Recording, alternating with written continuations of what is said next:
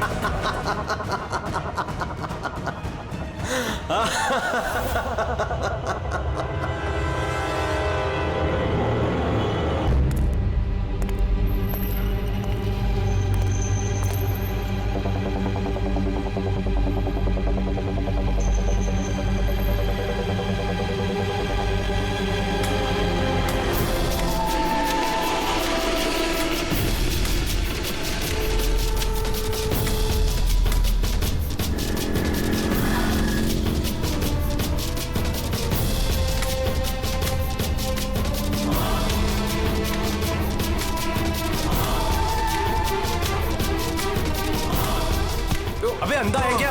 देख के नहीं चल सकता क्या? अंधा ही हूँ भाई। अरे भाई सॉरी, मेरी छड़ी मुझे पता नहीं था। आपको ऐसे नहीं निकलना चाहिए, कहीं चोट लग जाएगी आपको। माफ करिए, पर मुझे ध्यान देना चाहिए। ठीक है, आराम से जाइएगा। जी जी। आप चले जाएंगे या मैं छोड़ के आऊँ? नहीं, मैं चला जाऊंगा। ठीक है, थैंक यू।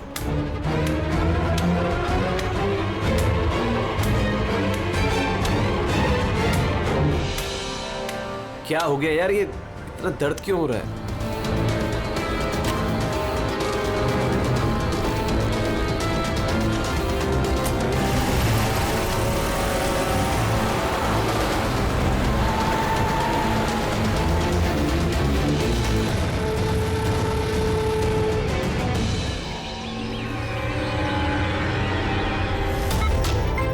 कुछ नहीं होगा रमन, तुम्हें कुछ नहीं होगा। होल्ड ऑन रमन, पैर पकड़ो।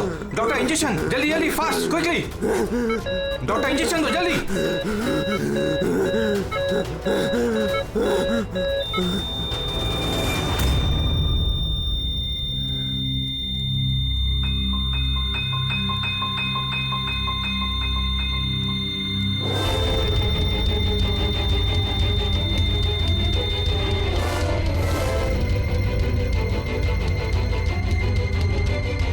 Oh my God, he's dead. और इनकी मौत नेचुरल भी नहीं है। अब क्या? I know Priya, it's a murder. और मैंने डॉक्टर सालुंके को इस केस के बारे में सब कुछ पहले से बता दिया था। अब तक तो उन्होंने फाइंड आउट कर भी लिया होगा कि रमन की मौत की वजह क्या होगी। जहर? रमन की मौत जहर से हुई है? हाँ बॉस, बहुत खतरनाक जहर है। ये पहले इंसान के दिमाग पर असर करता है। पहले डिलेरियम, फोटोफोबिया, एमनेशिया। उसके बाद ये जहर इंसान के बाकी के अंगों पर असर करता है। बाकी के अंग धीरे धीरे काम करना बंद कर देते हैं और इंसान की मौत हो जाती है। सर उनके साहब, इसका कोई एंटीडोट तो होगा ना? हर जहर का एंटीडोट होता है फ्रेडी, लेकिन उसके लिए हमें उस जहर के बारे में पूरी जानकारी होनी चाहिए। बस ये जहर आसानी से पकड़ में नहीं आता है। मुझे भी बहुत सारे टेस्ट करने पड़े इसे ढूंढने के लिए। सर, जहर दे के मारना एक अलग बात है, और ऐसा जहर देना जिससे इस तरह तड़प तड़प के मरे, ये जरा चौंकाने वाली बात नहीं लगती? लेकिन ये जो भी कोई है, ऐसी नफरत करता था रमन के साथ कि उसने उसे ऐसी खतरनाक मौत दे दी। समझ में नहीं आता कौन हो सकता है ये, कौन होगा? कोई भी हो सकता है सर, रमन को जुए की लत थी। क्रिकेट, रेस कोर्स, सट्टा, हर तरह का जुआ। और इसी चक्कर में वो 5 करोड़ के कर्जे में था। 5 करोड़? 5 करोड़? हाँ सर, उसको धमकी भरे मैसेजेस भी आए थे। उसके फोन रिकॉर्ड्स में ऐसे कई सारे मैसेजेस हैं जो उसको बुकीज और सट्टेबाजों ने भेजे। ये देखिए सर, हो सकता है इन्हीं में से किसी की धमकी सच साबित हो गई होगी। पता नहीं, पर जिस तरह से इसको मारा है सर, लगता तो नहीं है किसी बुकी का काम है। फिर भी इन्हें बुलाना तो पड़ेगा, शायद कुछ पता चल जाए। हाँ। Hello ACP Pradyuman. अच्छा, ठीक है।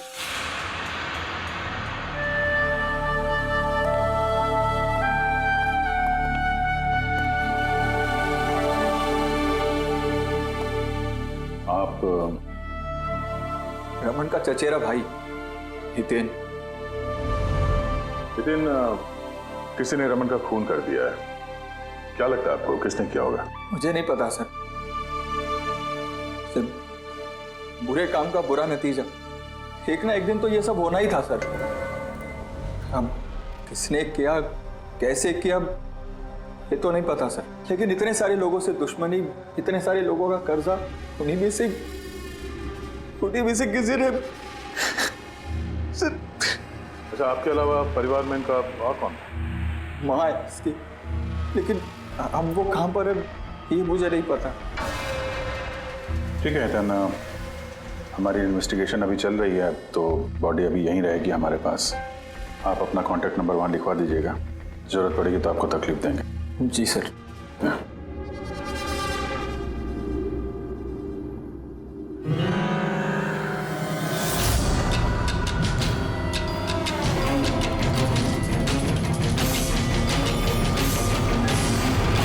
सबका उतना दुखी है नहीं जितना ही दिखा रहा है।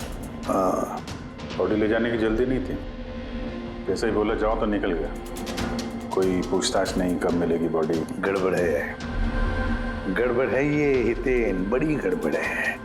ऐसे लग रहा था जिसे ये बात पक्की करने आया था कि रमन मरा है या नहीं। नजर रखो उस पर।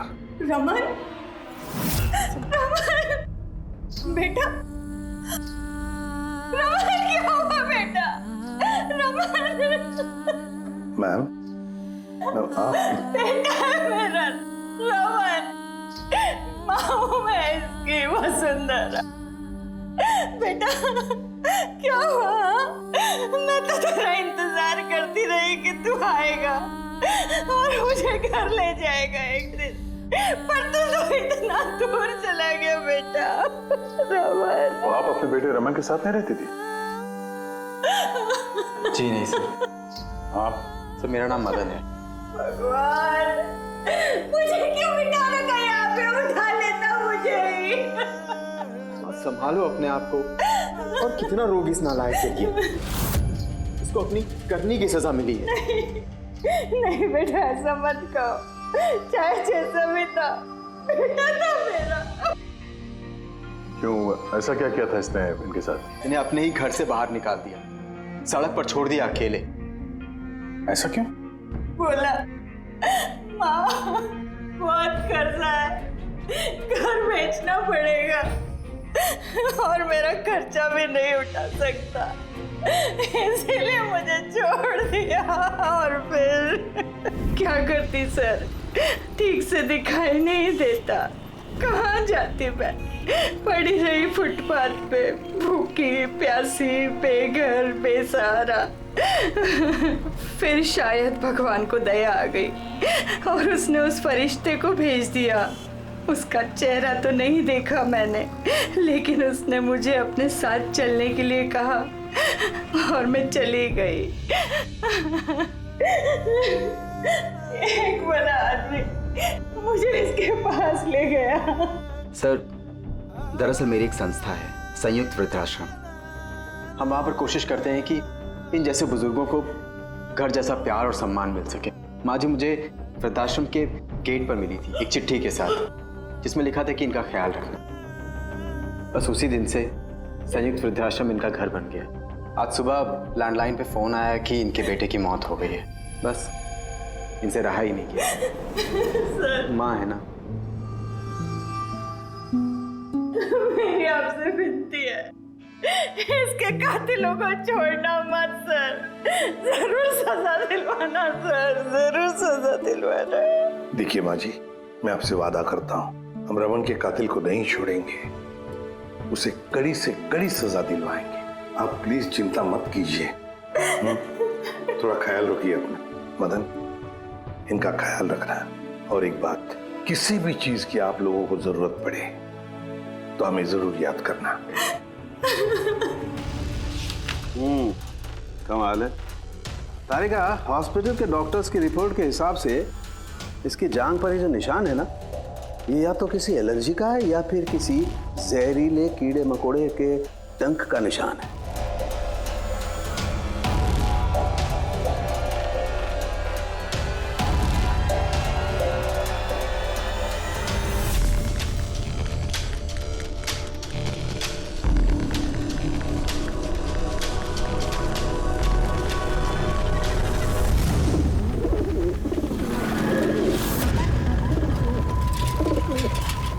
सर इस हितेन की हरकतें ठीक नहीं लग रही है सर। ऐसे ऐसे लोगों के साथ उसका उठना बैठना है, उस पर शक करना बनता है सर। एक और बात है सर, कुछ समय पहले ये रमन ने उसे अपने घर से निकाल दिया था। अब रमन के मरने के बाद वो उसकी प्रॉपर्टी हड़प करने की कोशिश कर रहा है सर। सर एक मिनट, यहाँ आएंगे प्लीज। सर इसके स्किन पे ना मुझे कुछ ये अजीब सा दिख रहा है।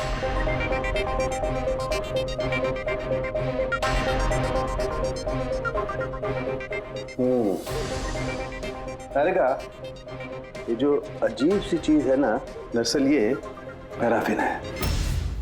पैराफिन? मोम। अरे तो इसका मतलब वो जहर इसके थाई में नहीं इंजेक्ट किया गया? किया गया, वो जहर इसकी थाई में ही इंजेक्ट किया। तो फिर ये मोम कहाँ से आया? मोम कहाँ से आया? तारिका, यहां से खूनी ने जहर इंजेक्ट किया। दरअसल ये जहर मोम से, पैराफिन से कोटेड था, इसीलिए इसकी इस चमड़ी पर भी और इसके खून में भी हमें पैराफिन मिला है, क्योंकि खूनी नहीं चाहता था कि ये जहर तुरंत इसके शरीर में जाकर के असर दिखाए, इसलिए उसने इसे कोट कर दिया। और ये जो जहर है एस्कोमाइन, ये एक बायो पॉइजन है, जैविक जहर। खूनी ने इसे मोम से कोट किया, इसके शरीर में इंजेक्ट किया और फिर इसके शरीर की गर्मी से मोम पिघलने लगा और वो जहर इसके खून में मिलकर के अपना असर दिखाने लगा। मतलब ये जहर किसी लिक्विड फॉर्म में नहीं बल्कि पैलेट यानी छोटी गोली के फॉर्म में इसके शरीर में डाला गया है। एग्जैक्टली।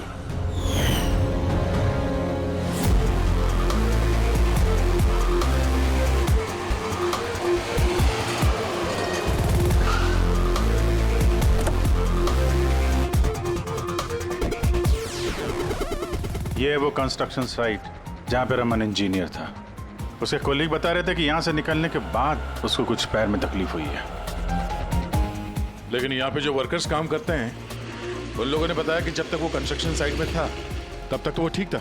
इसका मतलब जो भी हुआ कंस्ट्रक्शन साइट से बाहर आने के बाद हुआ, तो यहीं पे हुआ होगा। यहाँ पे तो आसपास पता करते हैं, शायद किसी ने कुछ देखा। सर आप लोग चलिए, मैं जरा चाय पी के आता हूँ। मतलब चाय वाले से पूछ के आता हूँ, कुछ देखा है क्या? अभिजीत, ये बच्ची कंस्ट्रक्शन साइट के सामने अखबार बेच रही है, पूछते हैं उससे।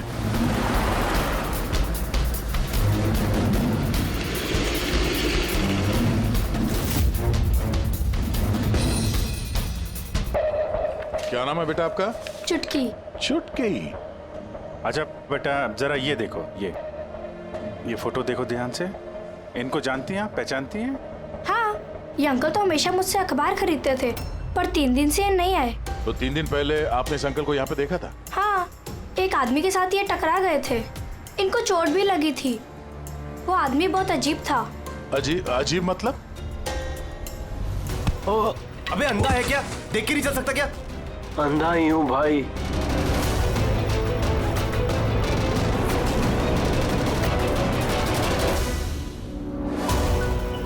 क्या हो गया यार, दर्द क्यों हो रहा है?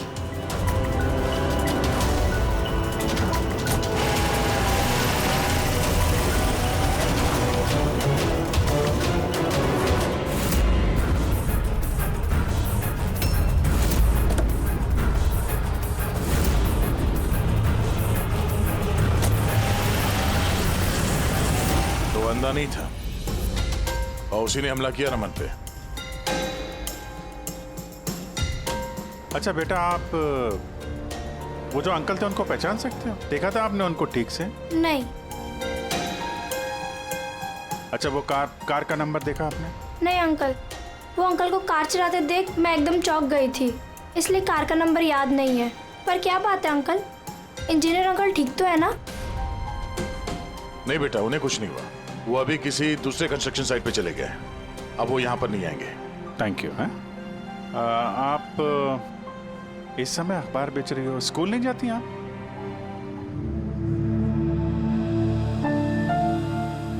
क्या बात है, हैं? स्कूल तो जाना चाहिए।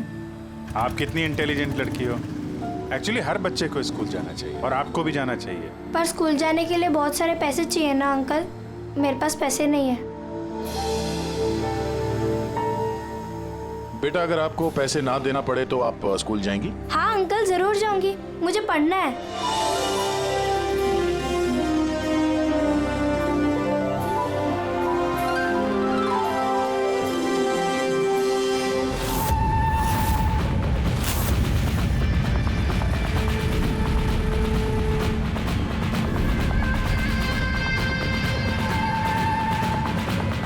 समीर, अब तुम्हारी बारी। हाँ बोलो। हाँ यार, तुम्हें एक बार में समझ में नहीं आता है। देखो, मैंने तुम्हें पहले भी कह दिया है कि तुम कुछ भी कर लो, मैं इस खंडहर के लिए एक कौड़ी भी खर्च नहीं करने वाला।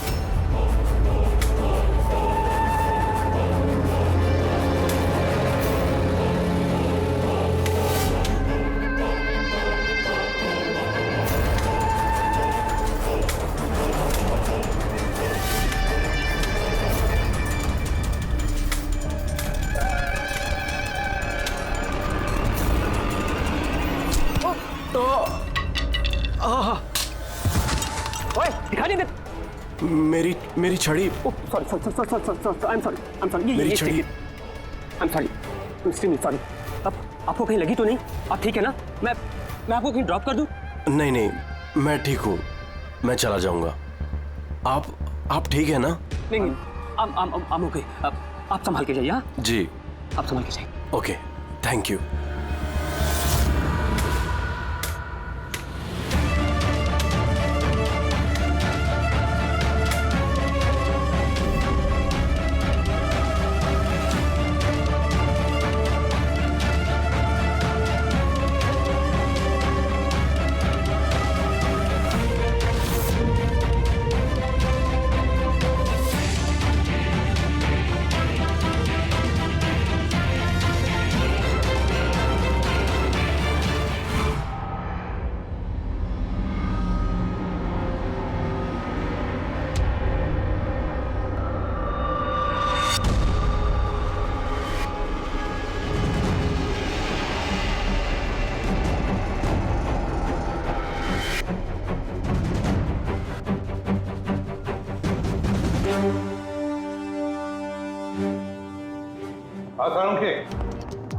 क्या पता चला?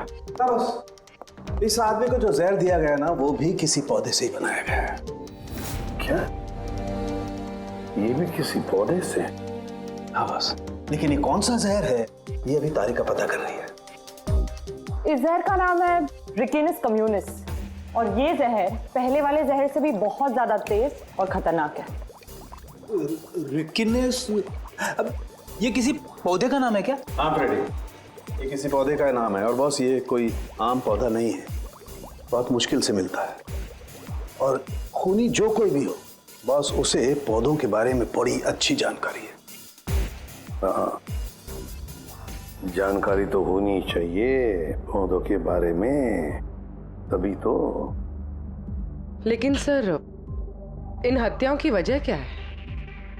ना तो हमें रमन की हत्या का कारण पता है और ना समीर का, और दूर दूर तक इन दोनों का एक दूसरे से कोई संबंध ही नहीं है।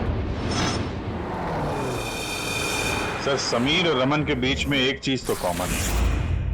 क्या? माय गॉड, तो ये है वो कड़ी जो समीर और रमन को जोड़ती है। तो क्या दोनों ने एक ही गलती की? जी सर, रमन की तरह समीर ने भी अपने बूढ़े और कैंसर पेशेंट पिता को घर से निकाल दिया था। हमने उनके बारे में छानबीन की और एक ऐसे शख्स से मिले जिन्होंने समीर के पिता को ढूंढने में मदद भी की और इस केस को एक नया मोड़ दिया। कौन है वो? सर, ये डॉक्टर दिनेश है। Hello sir. कैंसर सेंटर के चोड़ी। समीर के पिताजी का इलाज यही कर रहे थे। डॉक्टर दिनेश, सर एक बात समझाइए। समीर ने अपने पिताजी को घर से बाहर निकाला था, तो फिर ये समीर के पिताजी आपके यहाँ कैसे पहुंचे, आपके कैंसर सेंटर में? किसी ने उन्हें हॉस्पिटल पहुंचा दिया था। मैं हॉस्पिटल पहुंचा ही था जब मैंने इनको देखा। ये चेयर पे बैठ के कुछ बड़बड़ा रहे थे, हाथ में लिफाफा था। मैंने पूछा कि कौन है, लेकिन इनको कुछ याद नहीं था। मैंने उनके हाथ से लिफाफा लिया। पैसों के अलावा उसमें एक चिट्ठी भी थी। उसमें लिखा था कि इनको कैंसर है और हम इनको अपने यहाँ एडमिट करके इलाज शुरू करें। एडमिशन के लिए डिपॉजिट की रकम लिफाफे में है और इलाज के पैसे भी हॉस्पिटल के अकाउंट में ट्रांसफर हो जाएंगे। उनकी उम्र और हालत को देखकर मैंने उनको एडमिट तो कर लिया, पर मुझे चिंता थी अगर पैसे ना मिले तो। लेकिन भगवान का शुक्र है, अगले ही दिन इलाज के पूरे पैसे 10 लाख रुपए हॉस्पिटल के अकाउंट में ट्रांसफर हो गए थे। 10 लाख रुपए? किसने ट्रांसफर किए? सर 100% खूनी ने दिए होंगे। सर बैंक डिटेल से पता चल जाएगा। पता चल गया, एक्चुअली पैसे समीर की वाइफ रत्ना ने दिए थे सर। ये सब मेरी गलती है सर। मेरी वजह से समीर की जान चली गई। मैंने ही उसे उकसाया था। पिताजी की देखभाल में काफी प्रॉब्लम हो रही थी और सारी प्रॉपर्टी और सब हमारे नाम पर हो ही चुका था, तो मैंने ही समीर को कह के पिताजी को घर से निकलवा दिया। शर्म नहीं आती तुम्हें? समीर के पिता तुम्हारे भी पिता समान थे, उनको ही घर से निकाल दिया। ये सब करने के बाद फिर उनकी इलाज के लिए 10 लाख रुपए क्यों दिए? मुझे किसी ने धमकी दी थी सर कि अगर पिताजी के इलाज के लिए 10 लाख रुपए नहीं दिए तो वो समीर को और मुझे मार देंगे। सर मैंने उन्हें 10 लाख रुपए दे दिए, फिर भी उन्होंने समीर को मार दिया। और अभी भी कहा है कि अगर हर महीने पिताजी के इलाज के लिए 50,000 रुपए नहीं दिए तो वो मुझे भी मार देंगे। किसी पे शक है तुम्हें? नहीं। उसके बारे में कुछ याद है? उसकी आवाज, उसका लहजा, कुछ भी? कुछ भी याद नहीं। सर प्लीज मुझे बचा लीजिए। सर मैं मरना नहीं चाहती। सर मैं पिताजी को घर ले आऊंगी, मैं उनकी पूरी देखभाल करूंगी, पूरी कोई तकलीफ नहीं होगी। सर आप प्लीज मुझे बचा लीजिए। घबराओ सर प्लीज मुझे बचा। कुछ नहीं होने देंगे तुम्हें हम। तो भी जिस नंबर से इसे धमकी भरे कॉल आते थे वो नंबर ले लो और पता करो कहाँ का है। आप चलिए।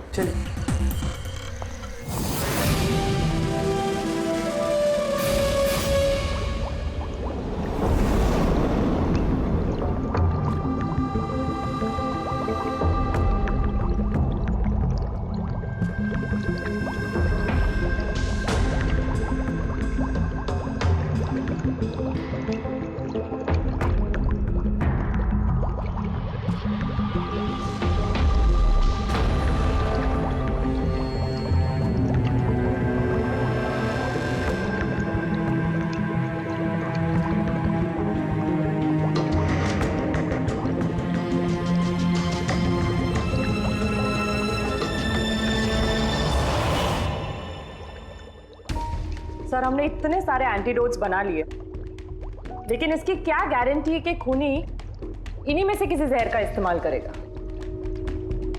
अब कुछ भी हो जाए, हम खूनी का दिमाग तो नहीं पढ़ सकते ना।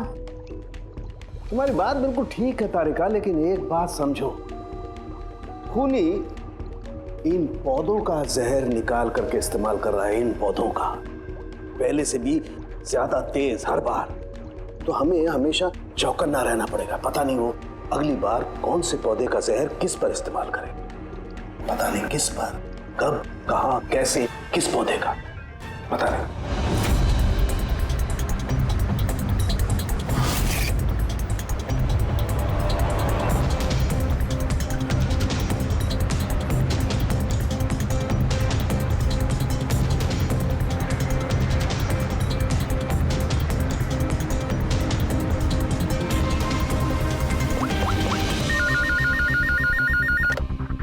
हेलो। हाँ पूर्वी बताओ। सर वो फोन बूथ जहाँ से कातिल ने रत्ना को धमकी भरे कॉल्स किए थे, वो ये भाईंदर रेलवे स्टेशन के पास है। Bhayandar railway station? वहाँ तो बहुत भीड़ भाड़ रहती है।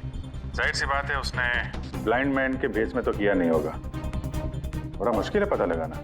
सर किसी को कुछ पता तो नहीं है, लेकिन एक खास बात यह है कि ये कॉल्स सुबह 11 से 12 के बीच किए गए हैं और रेलवे स्टेशन के पास एक बस स्टैंड भी है जहाँ से बस जाती है पुणे। बस स्टैंड भी पास में ही है, तो ट्रेन से भी जा सकता है और बस से भी। चलो कोई बात नहीं, देखते हैं। भाईंदर, इसका मतलब कि खूनी मुंबई से ही है और सिर्फ समीर का खून करने के लिए पुणे गया था। तो पुणे वो ट्रेन से गया होगा या फिर बस से या फिर कोई प्राइवेट गाड़ी या फिर खुद की गाड़ी से।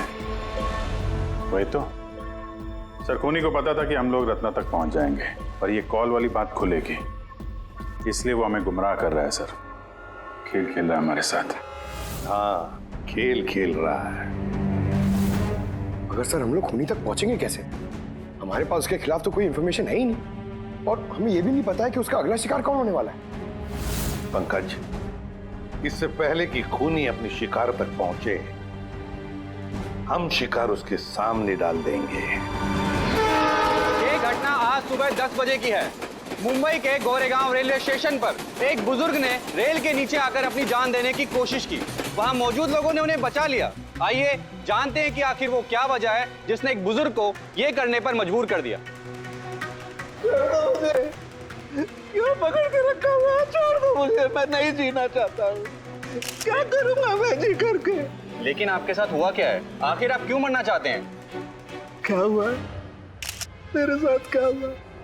मुझे मुझे मेरे इकलौते बेटे ने घर से बाहर निकाल दिया अकेले करके। मैंने अपने बच्चे को इतने प्यार से पाला पोसा और उसने मुझे घर से बाहर निकाल दिया। ये तो बड़े दुख की बात है। आखिर क्या हो गया हमारी आजकल की पीढ़ी को? आपका बेटा करता क्या है? क्या करता है? स्कूल जाता है। टीचर है? नहीं, पढ़ता है। स्कूल में पढ़ता है। अभी 8 साल का ही तो है। जी क्या कहा आपने? क्या कहा मैंने? आपका बेटा कितने साल का है? कितने साल का है? आपने कहा 8 साल का है। मेरा बेटा 8 साल का है। उसने मुझे घर से बाहर निकाल दिया। मैं मर जाऊंगा। सुना आपने? इनका दावा है कि इनके 8 साल के बेटे ने इनको घर से बाहर निकाल दिया। आखिर क्या वजह है? कौन है ये 8 साल का बच्चा? रेल की पटरी पर जान देने की कोशिश करने वाले बुजुर्ग के 8 साल के बेटे का पता चल गया है। वो दरअसल 33 साल का सॉफ्टवेयर इंजीनियर है। बुजुर्ग की दिमागी हालत ठीक नहीं है, इसलिए अब भी वो उसे 8 साल का बच्चा ही समझते हैं। उनका बेटा अमेरिका में रहता है और उसने उन्हें घर से बाहर निकाल दिया है। उसके बाद ही बुजुर्गों ने अपनी जान देने की कोशिश की। आइए उनके बेटे से ही पूछते कि उन्होंने आखिर ऐसा क्यों किया। सर एक सवाल सर, क्या ये सच है कि आपने अपने पिताजी को घर से बाहर निकाल दिया है? हाँ, ये सच है। सर आखिर आपने ऐसा क्यों किया? आपको एक बार भी बुरा नहीं लगा? हाँ, निकाला मैंने और बुरा भी नहीं लगा। आप जानते हैं इनको? आपने कभी झेला इनको? इनको अल्जाइमर्स की बीमारी है। मैं पागल हो गया उनका ख्याल रखते रखते। मेरी खुद की एक लाइफ है, मेरी वाइफ है, मेरी फैमिली है। मैं क्या करूं?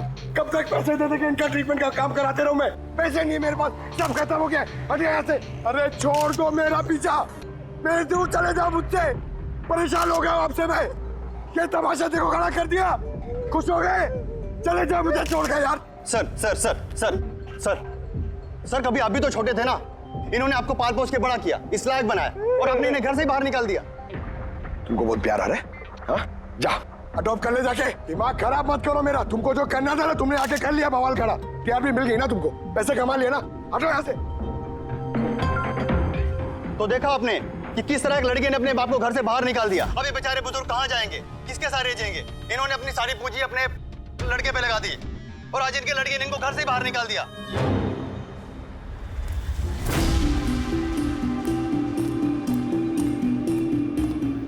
बड़े बच्चे गुब्बारे ले लो जल्दी।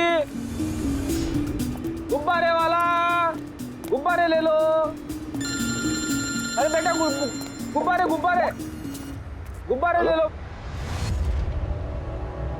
गुब्बारे वाला गुब्बारे ले लो। गुब्बारे ले लो। गुब्बारे ले लो बेटा। गुब्बारे ले लो। गुब्बारे वाला गुब्बारे ले लो।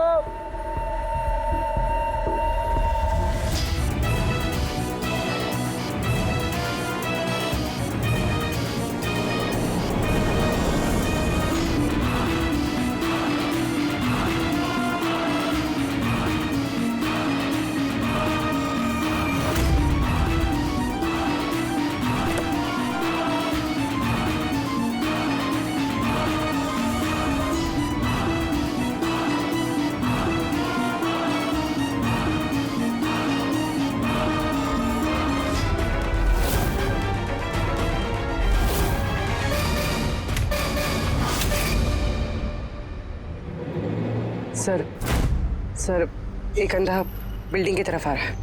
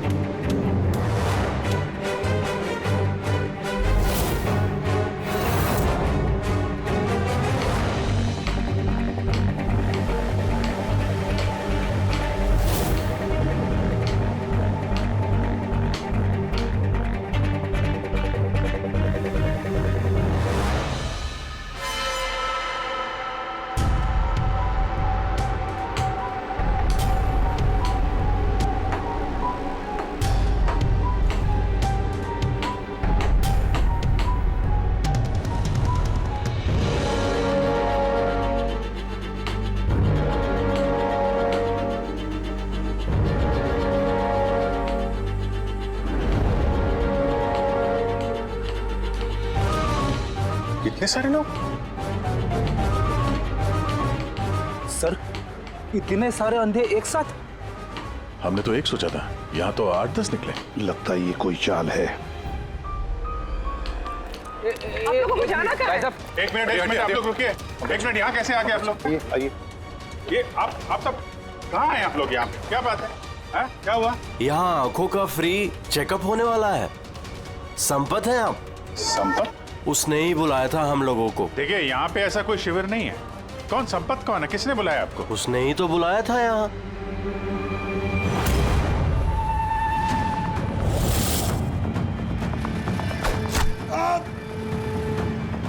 पंकज पंकज पंकज क्या हुआ? पंकज वो रहा। पकड़ो उसे, छोड़ना नहीं।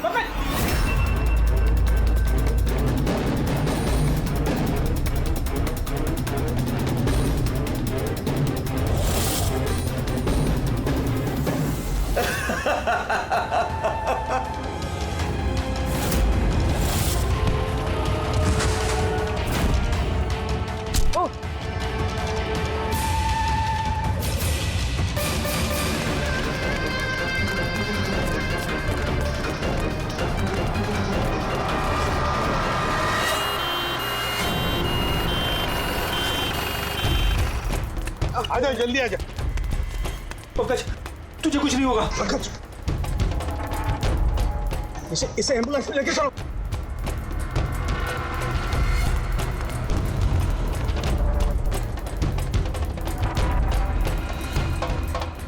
पंकज पंकज तुझे कुछ नहीं होगा। पंकज तारिका, ये लो, इससे जहर का पता करो। अगर जहर का पता नहीं चला तो हम एंटीडोट नहीं दे पाएंगे। मेरी बात सुन रहे हो तुम? सुना नहीं है पंकज, आंखें बंद मत होने देना। अभी हमारे पास इसका एंटीडोट हो, वरना हमें इसे हॉस्पिटल ले जाना पड़ेगा। एंड आई एम श्योर ये वाला जहर पहले वाले जहर से बहुत ज्यादा स्ट्रॉन्ग है। तारिका, एक काम करो, नेशनल बायो सेंटर को फोन करो और उसे लाइन पर रखो।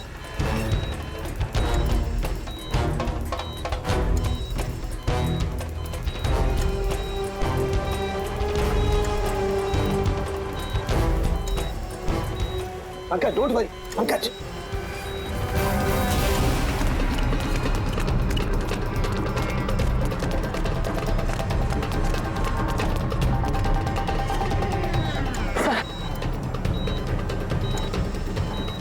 ओह माय गॉड, ये नहीं हो सकता है। और सूत्र तो जहर ही बदल दिया। लेकिन सर हमारे पास इतने सारे एंटीडोट्स है, कोई ना कोई तो काम करेगा ना। कोई काम नहीं करेगा बॉस, ये पौधे का जहर ही नहीं है, उसने जहर बिल्कुल बदल दिया है। अब क्या होगा सौरभ? करना कुछ यार। पंकज की ब्रीदिंग, सब ठीक हो जाएगा। हाँ